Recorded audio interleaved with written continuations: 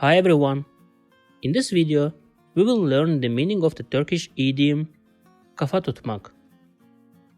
So let's start. Kafa Tutmak. Kafa Tutmak. Kafa Tutmak.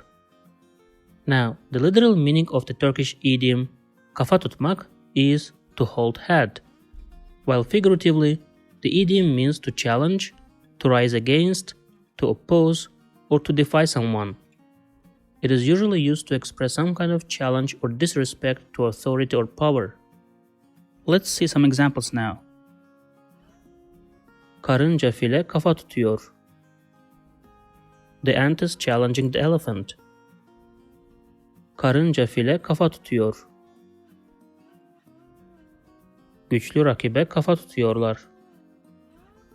They are challenging the strong opponent. Güçlü rakibe kafa tutuyorlar. Adam herkese kafa tutuyor.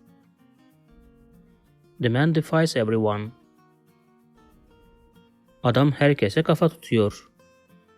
That's it. See you in the next lessons. If you liked this video, please subscribe to my channel below for more videos on Turkish grammar, vocabulary and pronunciation. Also, if you think this video can benefit somebody else, please share it with them.